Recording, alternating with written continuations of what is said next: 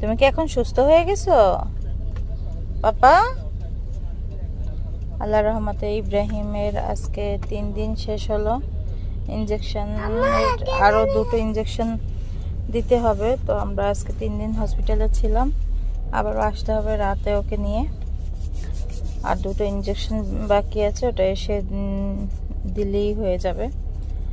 আল্লাহ যেন ওকে সুস্থ করে দেন তাড়াতাড়ি, সবাই দোয়া করবেন। আমার পাপা এই হাতটা একদমই নাড়ায়নি, ওর জন্য কোনো অসুবিধা হয়নি আল্লাহর রহমতে। সে খুব আমাদের সাথে সহযোগিতা করছে, কোঅপারেট করছে, তা না হলে আসলে। বসো বাবা বসো। তো এখন কোথায় যাচ্ছি আমরা পাপা? কোথাও যাচ্ছি না, বাসায় যাচ্ছি না।